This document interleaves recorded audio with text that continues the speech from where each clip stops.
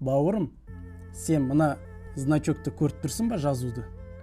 Иә, қателескен жоқсың. Дұрыс, достар, ассалаумағалейкум баршаңызға, қалайсыңдар, амансыңдар ма? Короче, достар, қараңдар, бізге тағы да бір ноутбук келді. Бұл кәдімгі ноутбук емес, бұл нағыз маған арналған игровой ноутбук, достар. Қараңдар, Aorus, яғни Gigabyte компаниясының Aorus 17XE4 деген ноутбугі, достар. Қарсы алыңыздар, өте мықты және де үлкен, достар. Кәдімгі ноутбуктермен салыстырғанда өте мықты десек болады, достар. Қазір сіздерге толығырақ айтатын болам. Бірінші біз ашып көрейік, достар. Мынандай бір картоны бар екен, яғни подставка қылып қолдануға болады. Және де сіздерге көрініп тұрма, қараңдар, ноутбуктың өзі қаптың ішінде тұр. Е-майы, достар, бұл қазір характеристикасын айтатын болсам, менің компьютерім қасында ойнамай қалады, достар. Соңына дейін көріңіздер. Короче, достар, ноутбук жайлы қазір кішігірім айтып берермін. Мына жерге қоямыз бұл ноутбукты. Ең бірінші бізде, короче, коробкасында қандай басқа құрал саймандары бар екен қазір көрейік. Мысалы, бұл жерде жаңа өзінен келген қабы бар екен. Одан кейін бізге сервисный книжка дейді, яғни өзінің сондай бір книжкасы бар сияқты, кітаптары, достар, қараңдар. Gigabyte компаниясының, міне, Gigabyte Aorus екеуі 17 деген ноутбук, яғни мына жерде барлық нұсқаулықтары жазылып тұр. Бізге бұл маңызды емес. Содан кейін, достар, қараңдар, мына жерде деген кәдімгі өзінің қабы тұр. Жақсы, мықты подставкасы десек те болады ғой. Енді бұларды әшейін айтудың қажет жоқ. Негізі мен сіздерге кішкене контент болсын деп айтып жатырмын. Ал мынаның ішінде, мына зарядчигі бар ғой. Қараңдар, достар, міне. И содан кейін бұның ішінде блок питаниясының өзі, достар, яғни қуаттағыш құралы. Міне, осындай коробкасында басқа ештеңе жоқ.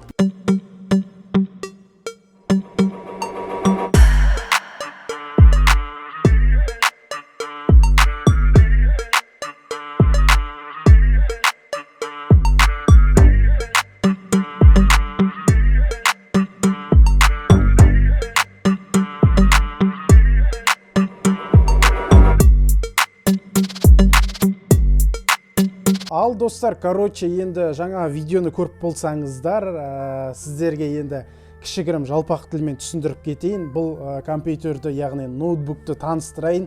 Бұл әрине жаңа айттым, Gigabyte компаниясының Aorus 17XE4 деген ноутбугі, ең соңғы ноутбугі, достар. Бұл және де ең мықты. Себебі ең мықты деген сөзімде не бар? Қараңдар, бірінші Intel Core i7, Intel Core i7-нің 12-ші поколениясы тұр, және де видеокартыда RTX, достар, GeForce RTX 3070 Ti, достар, 30-ші поколениясы. Қараңдар, топовый емес па? Және де бұл жерде DDR5 бар, DDR5 азумен 16 гигабайттық азу тұр.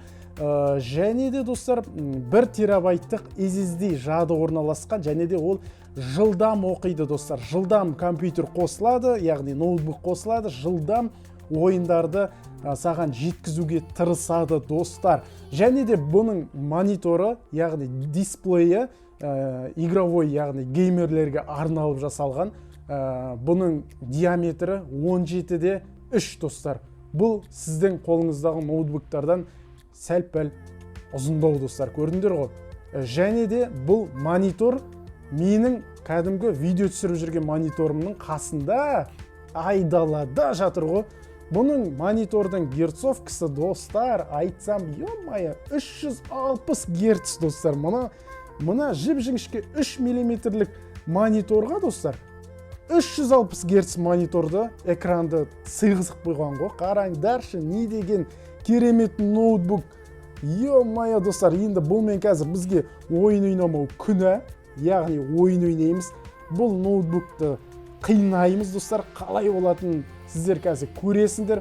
Және де мына подсветкаларын көрдіңдер, жаңа әртүрлі болып ауысты, керемет жасалған. Енді, достар, біздер қазір сіздерге, қараңдар, мен, яғни сіздерге бұлай көрсетіп жіберейін. Мой компьютердің свойствосын қарайтындар болатын еді ғой, қараңдар. мой компьютердің свойствосы былай екен достар. Біздерде енді көздеріңіз жетіп тұр ма? Мына жерге жетпей тұр ма? Қазір фокус алсын. Былай жақындатайық достар. Міне достар, қараңдар. Бұл яғни Core i7-12 поколениясы тұр деп едім ғой жаңағы. Міне достар, 12 поколениясы. Мынау турбомен достар 4-30 болады. Мынау турбомен достар. Қазір просто өзі тұр. Турбо қоятын болса, оперативкі память міне достар 16 гигабайтты тұр. Содан кейін видеокартыны қазір мен сіздерге былай басқа жақтан көрсететін шығармын. Походу, басқа жақтан көрсетемін. Себебі қараңдар, қазір мына жерден енді біздер мына жерге кіреміз. Ой, кешіресіздер. Мына жерге міне қараңдар. Параметр экранға кіреміз. Вот достар, бұл жерде енді сіздерге қазір мен бірінші герцовкасын көрсетіп жіберейін. Міне расширейін. Міне достар, 360 герц деп жазылып тұр ма? Егер оған сенбейтін болсаңдар, мына жерде мониторға кіреміз. Міне достар, 360, яғни ойбай, сіздерге көрінбей жатыр екен, кешіресіздер. Міне достар, 360 герц деп дәл көздеріңіздің алдында жазылып тұр. Бұл 360 герц деген тіпті ойында плавно көрсетеді. Плавно достар, CSGO, анау-мынау игровой ойындарда кәдімгідей плавно көрсетеді. Ал енді сіздерге қазір мен видеокартыны көрсетейін. Міне видеокарты қазір ашылады. Қараңдар, мен кішкене алыстатайын. Вот достар, видеокарты ашылды ма? Қазір мен сіздерге жақындатайын. Так, қараңдар.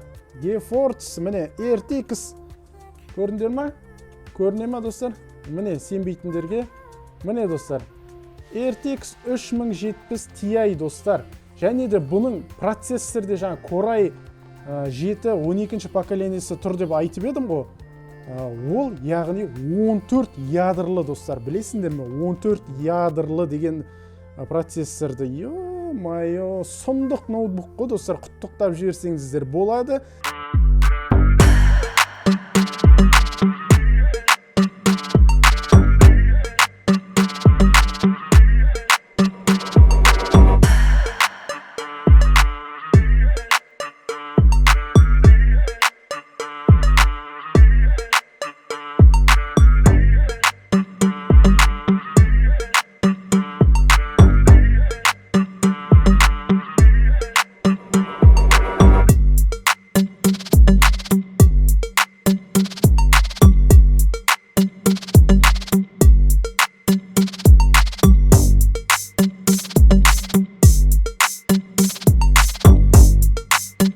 Достар, осымен біздің видеомыз аяқталды. Сіздерге ұнады деген ойдамын. Құттықтап жатқандарыңызға өте көп алғысымды айтамын. Және де достар, бұл ноутбук жайлы төмендегі сілтемеден біле аласыңдар. Бағасын, характеристикасын, жалпы мен айтпаған тағы да басқа маңызды ақпараттарды осы сілтемеден таба аласыңдар достар.